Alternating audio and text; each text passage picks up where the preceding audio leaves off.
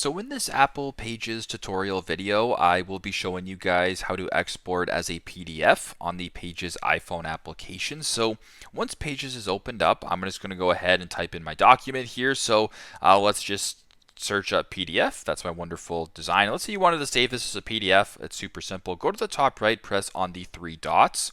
Once we're here, I want you to go down second option to where it says export, and then where it says PDF, go ahead and select that. Now what that's going to be doing is saving this Word file, or I guess this Pages file, as a PDF document. So once again, top right, export, and then press PDF that way to save accordingly and export it as a PDF file. So very simple, very straightforward. That's how to export as a PDF file on the Pages iPhone application. Thanks again for watching, and I hope this video helps.